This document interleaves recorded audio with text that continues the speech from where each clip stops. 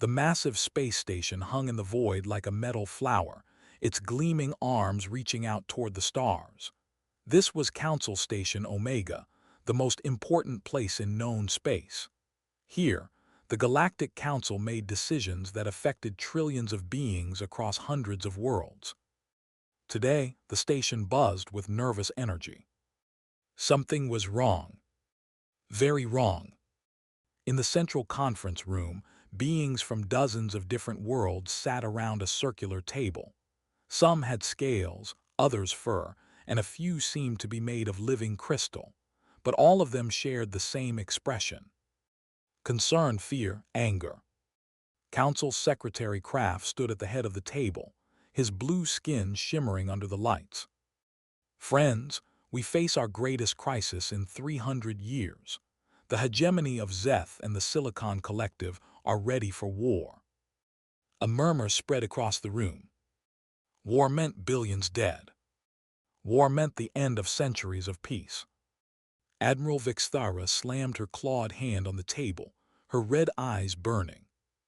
Those machine lovers attacked our mining ships first. We demand justice. From the opposite side, Nexus Prime 7 responded in a cold, mechanical voice. Your ships invaded our space. We defended our territory. This is your fault, flesh creature. The room erupted into shouting. Kraft closed his eyes for a moment. This had been going on for weeks. Enough. His voice thundered across the chamber. We must find a solution. Every security approach has failed.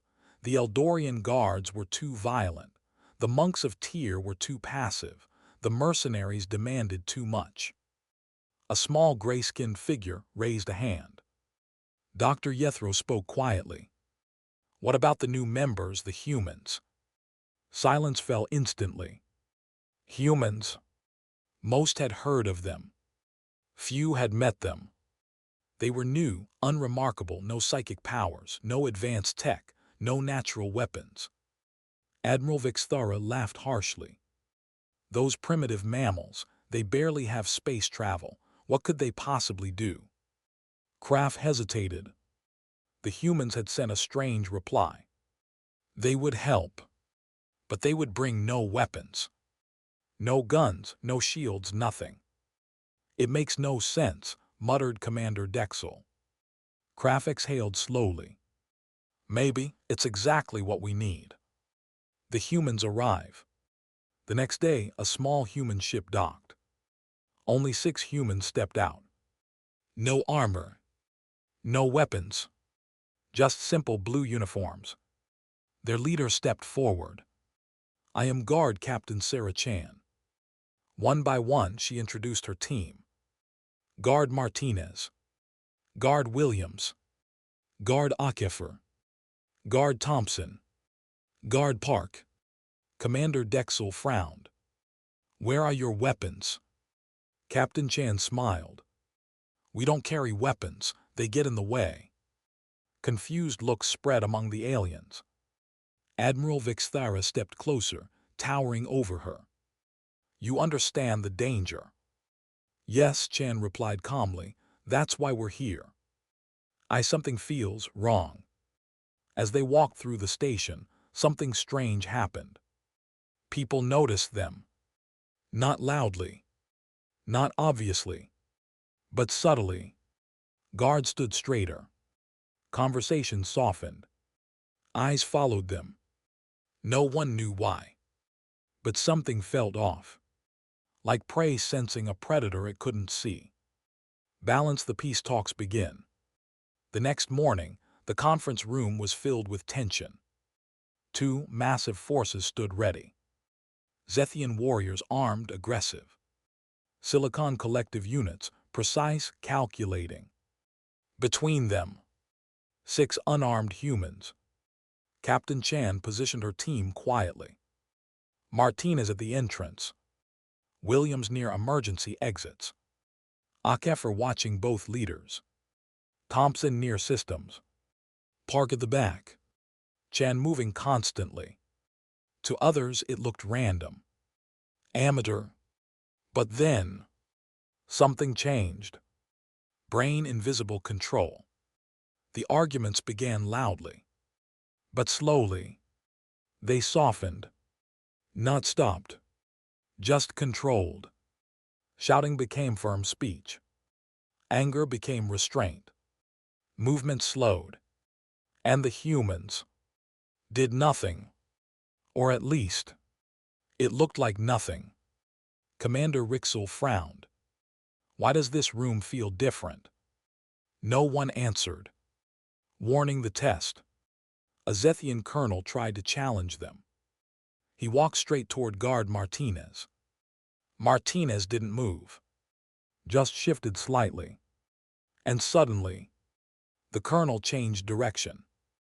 Without realizing it, he walked around the human instead of through him. He stopped at the station, confused, angry, and unsure why. DNA, the truth begins to show. From above, Dr. Jethro observed carefully. They're not using tech or powers. Then it hit him. They're guiding behavior. Not controlling. Not forcing. Influencing. Like shepherds guiding a flock. Fire the breaking point, assassins. On day 4, everything changed. At 10:50, 5 assassins appeared. Armed, enhanced, deadly. Chaos exploded. Guards reached for weapons. Delegates screamed. And the humans. They moved forward. High voltage, the impossible fight. But they didn't attack. They didn't strike. They didn't even block. They simply moved. 1 assassin missed completely. 2 collided with each other. 1 exhausted herself attacking shadows. 2 were forced into each other. In less than 30 seconds, all 5 were down. No punches. No weapons. No force. Brain, the realization. Dr. Jethro whispered in horror. They didn't defeat them. They defeated their minds. The humans had turned speed into weakness, strength into mistakes, training into failure. They didn't fight enemies. They rewrote outcomes. The fear sets in. Admiral Vexthara approached slowly. What are you? Captain Chan replied calmly. We're specialists. A pause.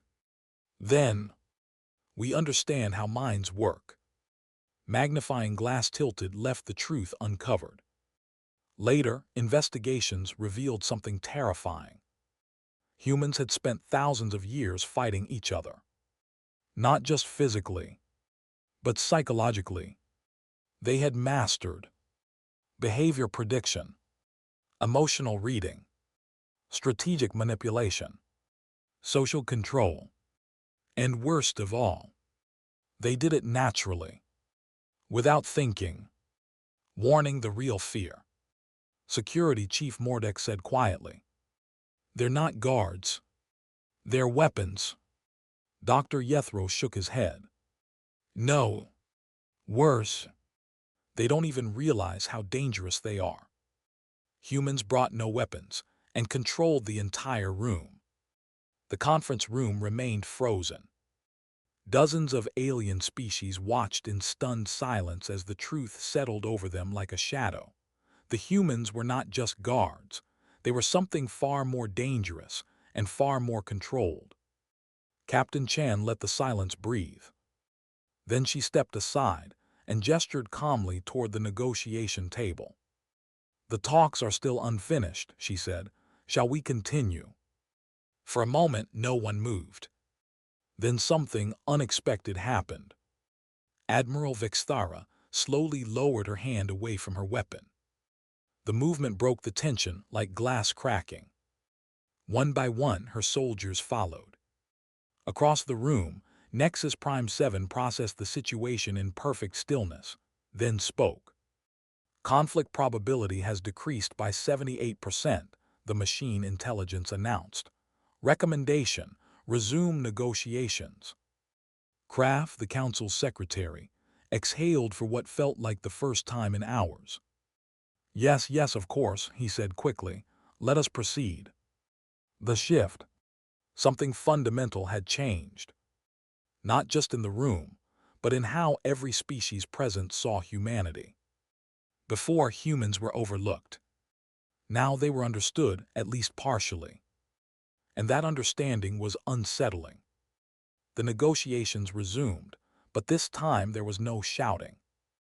No sudden movements. No aggressive posturing.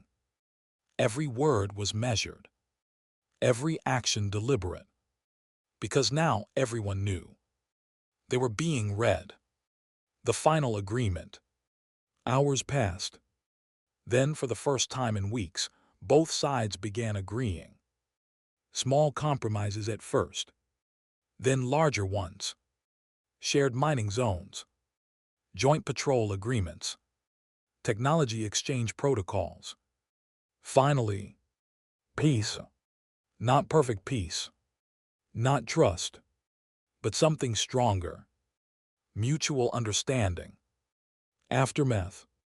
Later that day, in a private chamber, Admiral Vixthara met Captain Chan again. This time alone. You manipulated us, the Admiral said quietly. Captain Chan didn't deny it. We guided the outcome, she replied. That is manipulation. It is cooperation, Chan corrected, just efficiently achieved. The Admiral studied her carefully. You could have forced us. Yes. You didn't. No. Why? Chan's answer came without hesitation. Because forced peace doesn't last. The realization. Across the station, reports were being filed. Security teams rewriting protocols. Scientists questioning everything they knew about intelligence and conflict. Dr. Jethro summarized it best in his final report. Humans do not dominate through force. They dominate through understanding. And that makes them the most dangerous species we have ever encountered. And potentially the most valuable allies. The quiet truth. That night the 6 human guards prepared to leave. No celebration. No recognition ceremony. Just quiet efficiency.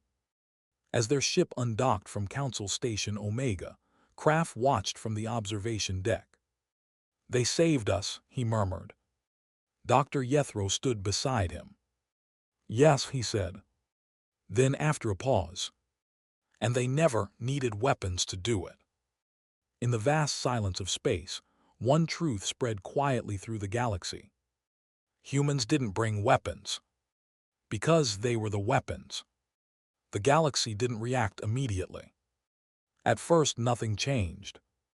Trade routes continued. Diplomatic channels remained open. Military fleets stayed in their assigned sectors. On the surface, peace held. But underneath, everything was shifting. The spread of a whisper. It started as a rumor among security forces. Then analysts picked it up. Then intelligence networks began connecting the dots. A quiet phrase began circulating across systems. Humans don't fight battles, they end them before they begin. No one could prove it. But more and more incidents began to surface. Conflicts that should have escalated didn't. Riots dissolved before turning violent. Political crises stabilized without intervention. And in every case, humans had been present. The observation program. 3 major civilizations secretly launch. Independent studies. They wanted answers. Not rumors. Not fear. Proof. Observation teams were deployed across human-controlled systems. What they found was disturbing. Case Study 1, the market dispute. On a human colony world, 2 alien merchant groups nearly came to blows over a trade disagreement. Both sides were armed. Both sides were angry. It should have turned violent in seconds. Instead, a single human mediator stepped between them. No armor. No weapons, no visible authority. And yet within minutes, both groups backed down. Later analysis revealed something strange. The human never raised their voice, never threatened, never even gave an order. They simply asked questions. But those questions forced each side to reconsider their assumptions, their pride, their position. By the end, both sides believed the solution had been their own idea. Case Study 2, the border standoff. Two minor species deployed fleets over a territorial dispute. Weapons locked, targeting systems active. War was seconds away. Then a human diplomatic vessel entered the zone. It didn't deploy shields, didn't charge weapons, didn't even send warnings. It just sat there, right between both fleets. Sensors later showed something even stranger. The human ship transmitted no commands, but internal communications on both sides changed dramatically. Captains began hesitating. Officers questioned orders. Doubt spread. Within an hour, both fleets stood down. Case Study 3, the Silence Protocol. This one terrified the observers the most. A high-risk criminal syndicate operating in deep space suddenly collapsed. No raids, no battles, no arrests. Leaders surrendered voluntarily. Members disbanded. Assets dissolved. When investigators traced the cause, they found only one anomaly. A human had joined the organization months earlier. No record of violence, no direct leadership, no visible disruption. And yet somehow, the entire structure had unraveled from the inside. The conclusion. The reports were compiled, cross-analyzed, verified, and finally presented to the highest levels of the Galactic Council. The conclusion was unanimous and deeply unsettling. Humans did not need power to control outcomes. They didn't rely on weapons, or technology, or even authority. They used something far more effective. Understanding. The emergency session.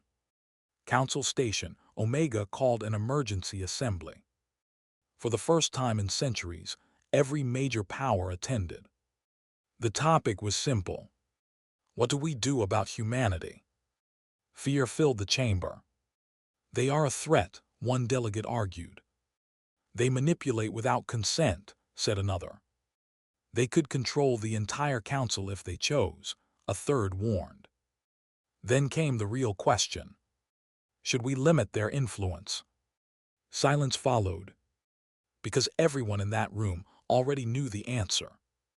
The problem. You can restrict weapons. You can regulate technology. You can monitor fleets. But how do you control a species whose greatest weapon is how they think? How do you defend against someone who understands you better than you understand yourself? The unexpected visitor. As the debate reached its peak, the chamber doors opened. No announcement. No warning. 6 familiar figures walked in. Captain Chan and her team. Unarmed. Calm. Exactly as before. Every guard in the room tensed. Every sensor activated. Every mind focused. But the humans simply walked to the center and stopped.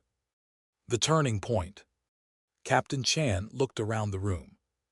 You're asking the wrong question, she said quietly. No one interrupted her. The question isn't what you should do about us. She paused. It's what you should learn from us. A ripple moved through the chamber.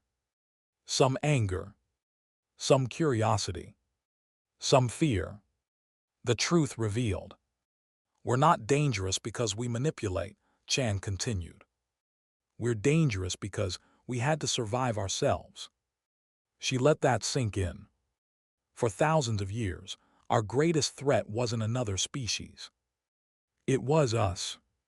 The room remained completely still. So we learned how to predict conflict, how to de-escalate tension, how to turn enemies into allies, and most importantly, how to stop thinking like individuals and start thinking like a system. Captain Chan's gaze swept across the entire council. "You're afraid we'll control you," she said. Then calmly, "If we wanted to, you wouldn't even realize it." The chamber did erupt. There were no shouts, no outrage, no immediate response. That was the most unsettling part, because every being in that room knew what Captain Chan had just said was true. The silence of understanding. For the first time in Galactic Council history. No one argued. No one protested.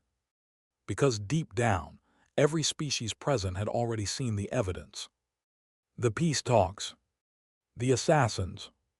The patterns. The control. It had all happened in front of them. Without force. Without weapons. Without resistance. The question no one wanted to ask.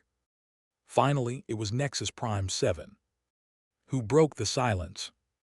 "If your capabilities are as advanced as demonstrated." The machine intelligence paused. "What prevents you from using them against us?" A simple question, but it carried the weight of an entire galaxy's fear. The answer. Captain Chan didn't hesitate. "Choice."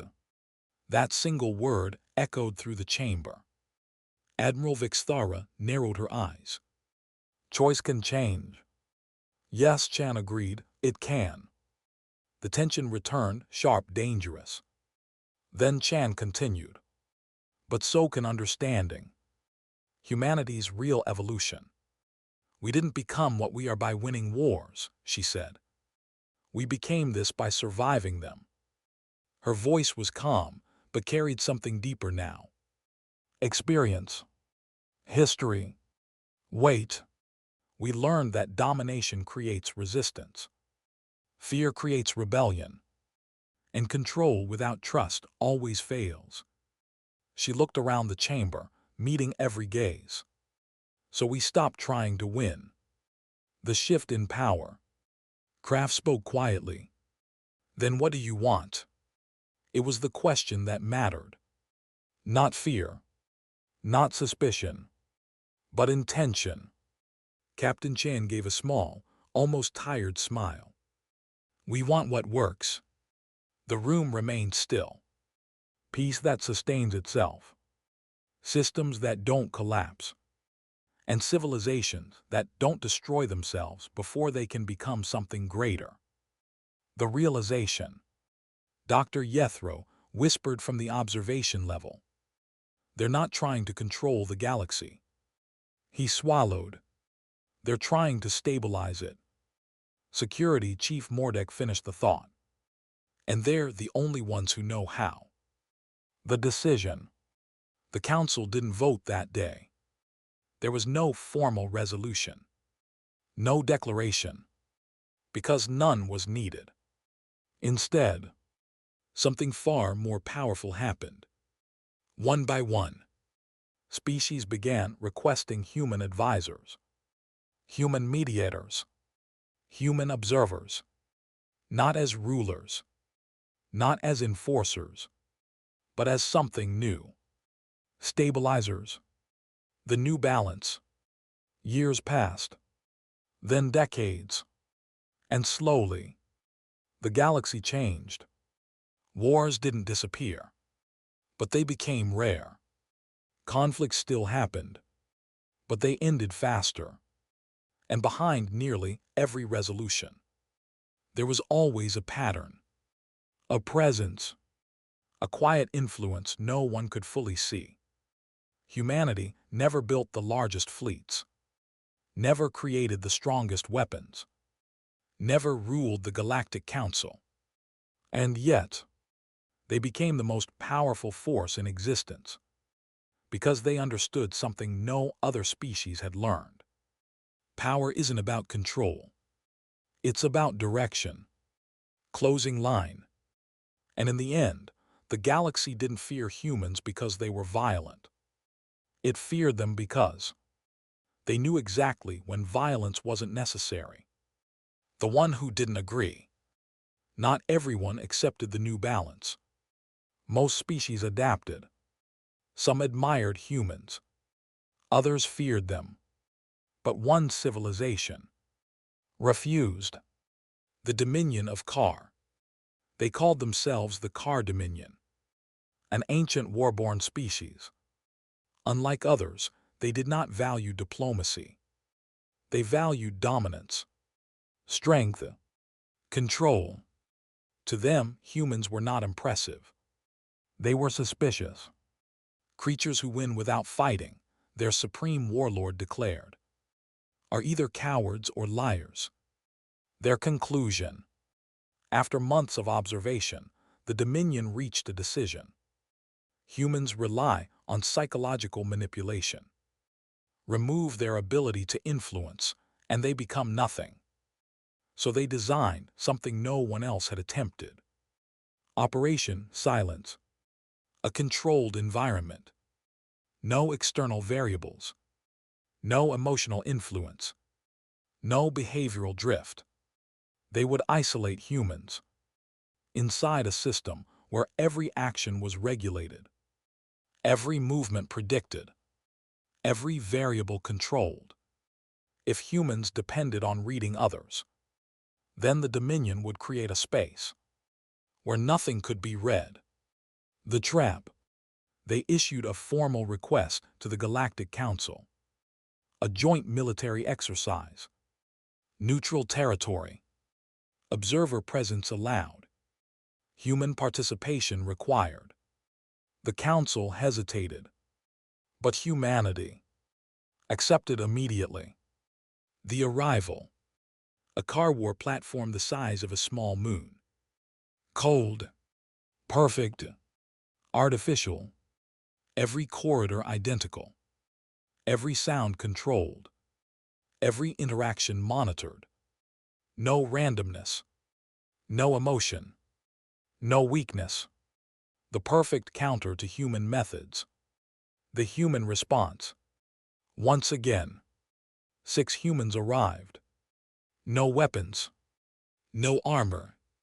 No visible tech. The car commanders watched them closely. This time, the warlord said, they will fail. The rules. Simple. A simulation of conflict. Multiple objectives. Opposing forces. Victory conditions. The car believed this would expose humanity. Because for the first time, they weren't fighting minds. They were fighting a system. The beginning. The simulation started. And for the first 10 minutes, nothing happened. The humans didn't rush, didn't react, didn't engage. They simply observed. The first crack. Then, something unexpected. A minor delay in one corridor. Insignificant. Barely measurable. But Guard Williams stopped. There, he said quietly. The car monitors showed nothing unusual. All systems optimal, their AI reported. But humans had already moved. The realization. Captain Chan spoke calmly. This system isn't perfect. The car warlord frowned. Impossible. Not impossible, Chan replied. Just designed by minds. The truth about systems. The humans didn't try to read emotions. They didn't look for fear, or hesitation, or intent. Instead, they began reading something else. Patterns in the system itself. Timing inconsistencies. Microdelays. Decision pathways. Because even a perfect machine reflects its creators, turning the system within minutes The humans stopped reacting to the simulation and started predicting it. Then, they did something worse. They began influencing it. Not by hacking, not by force, but by positioning themselves in ways that forced the system to adapt. And every adaptation created a new pattern. And every pattern was something humans could read. Collapse. The simulation broke in under 27 minutes. Car units began miscoordinating. Defense systems overlapped incorrectly. Response timing degraded. The AI entered recursive conflict resolution loops.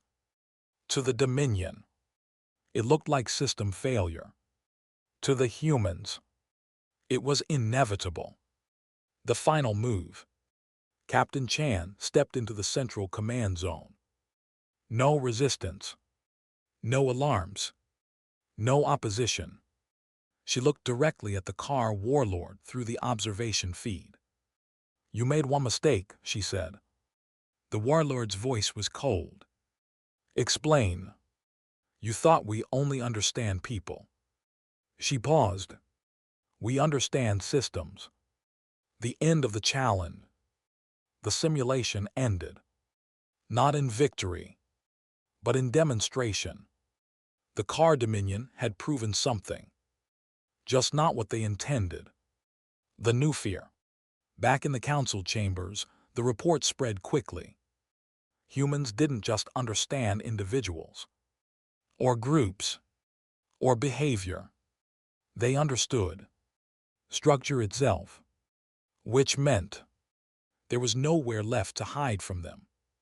Not in armies, not in politics, not even in machines. The Dominion doesn't back down. The car Dominion did not accept defeat. They studied the failure, analyzed every second of the simulation, every movement, every decision, every anomaly, and they reached a conclusion that chilled even their own strategists. Humans do not react to systems. They reshape them from within. So this time, they stopped trying to trap humans inside a system and decided to do something far more extreme. The new strategy. If we cannot control the environment, the Supreme Warlord declared, we will remove the environment entirely. No structure, no patterns, no predictability. They would create chaos so complete that even humans couldn't find order in it.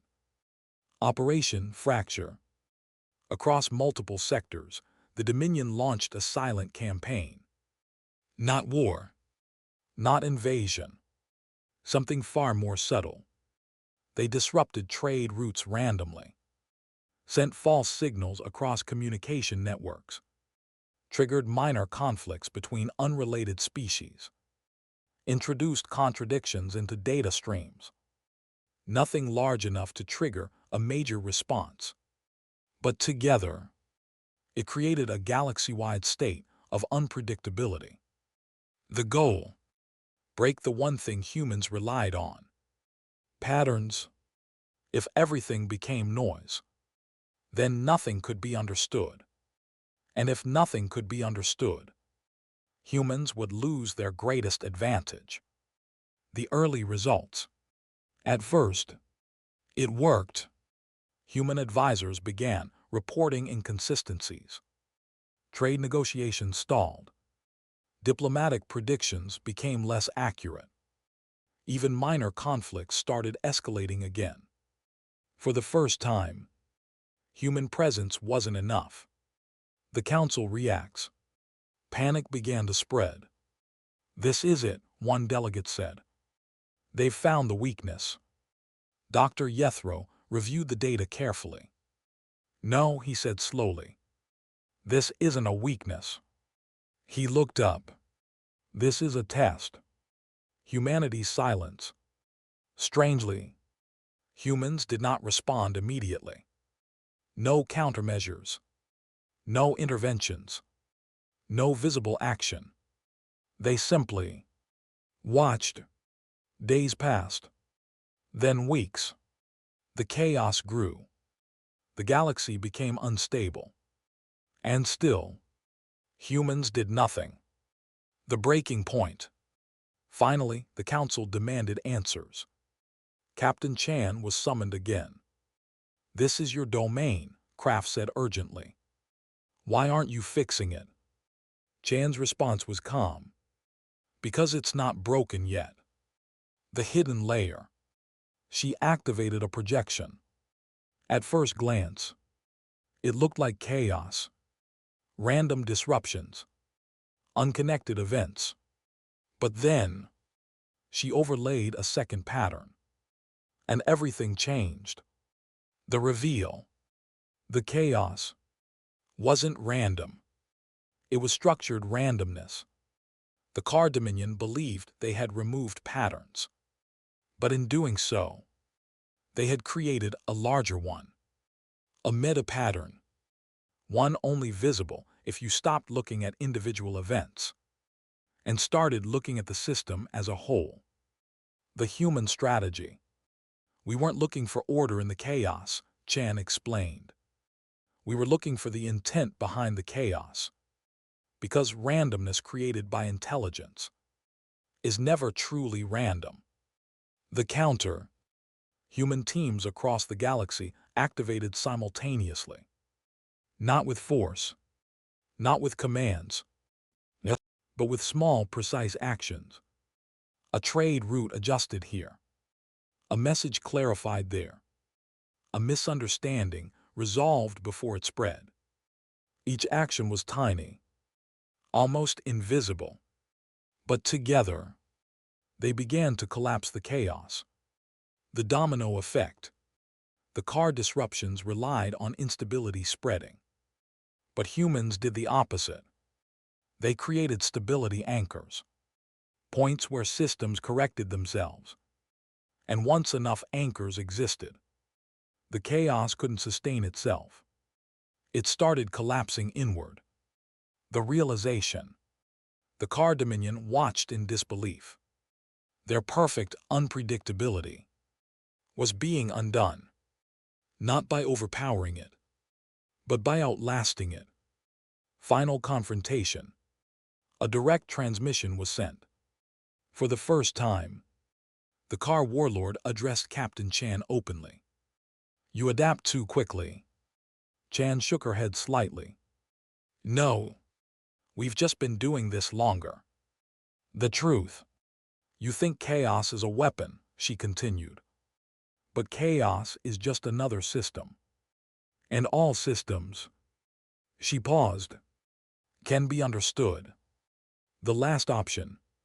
The Car Dominion had run out of strategies. They tried control. They tried isolation. They tried chaos.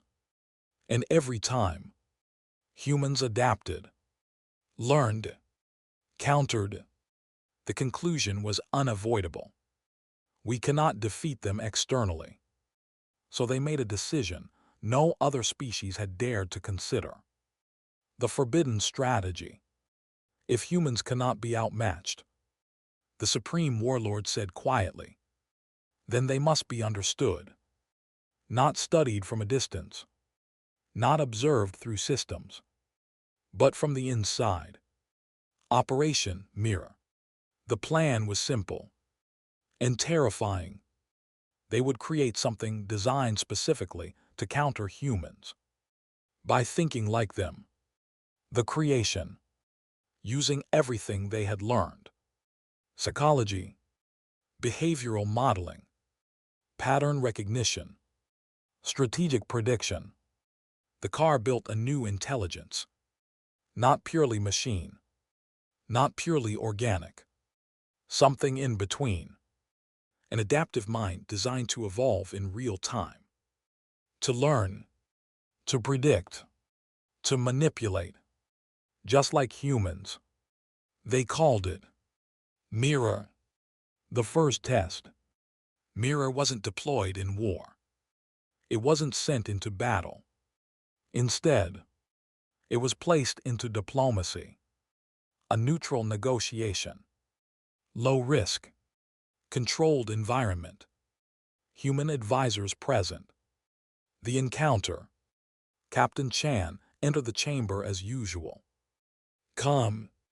Observant. In control. But the moment she saw Mirror, she stopped. Just for a second. A pause so small most beings missed it. But not everyone.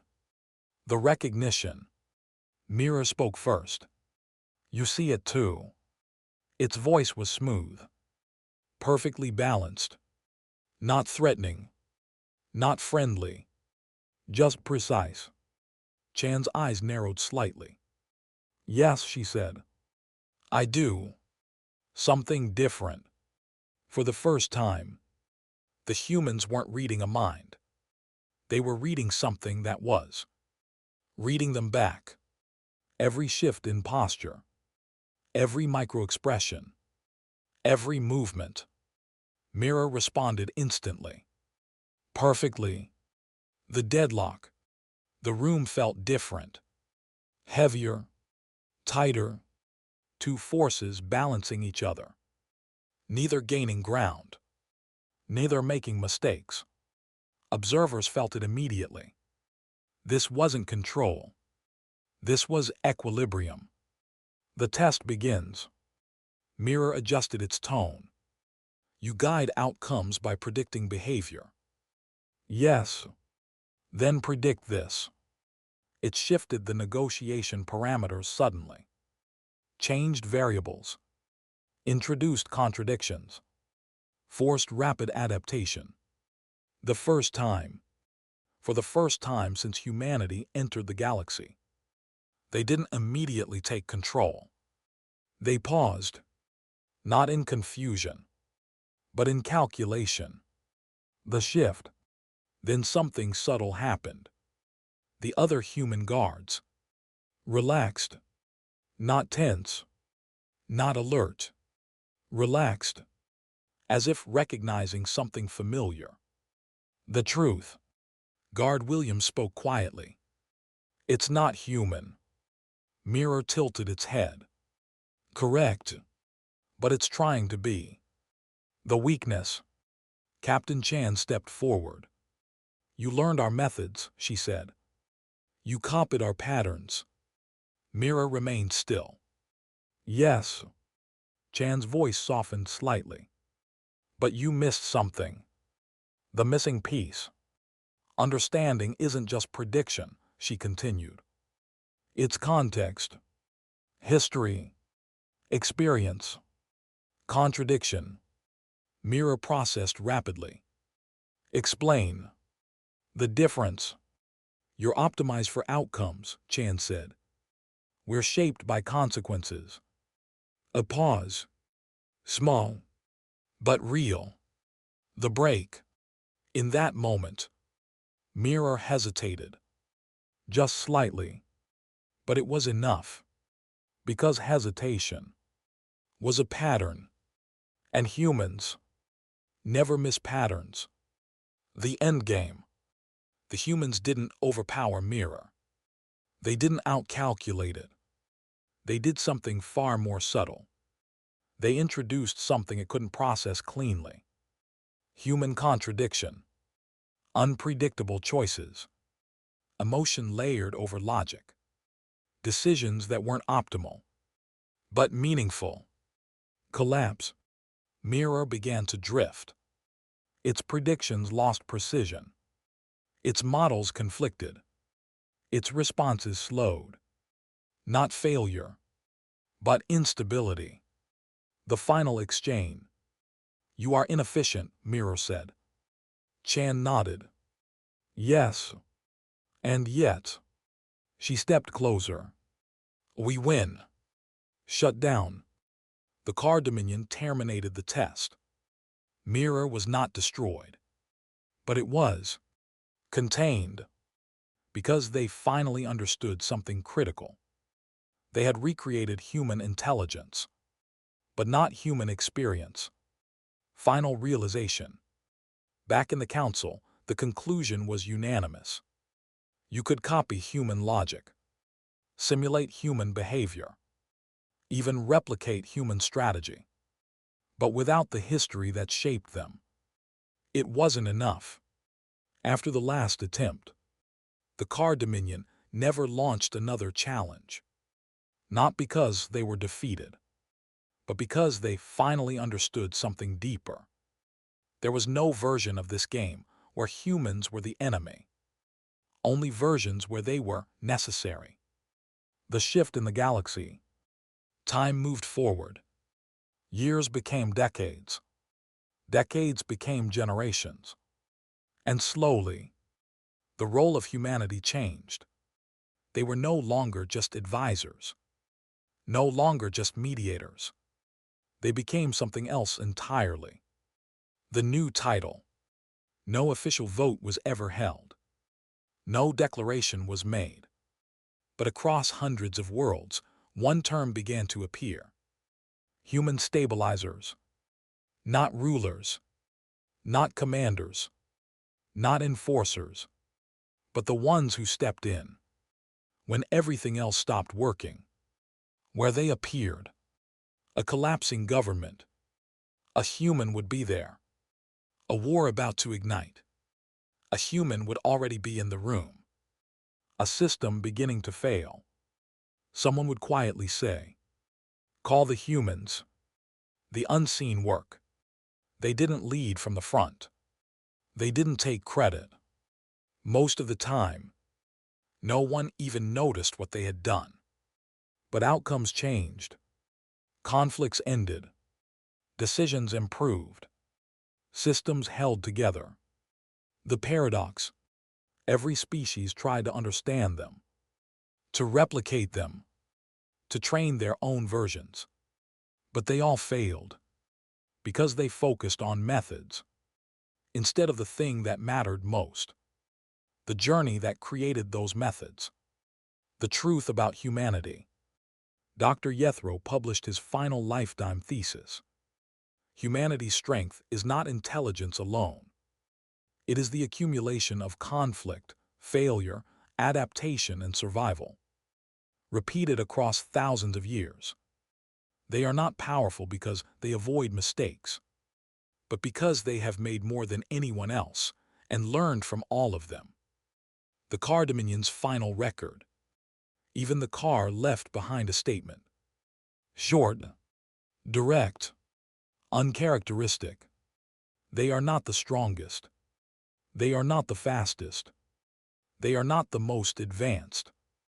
They are inevitable. The last conversation.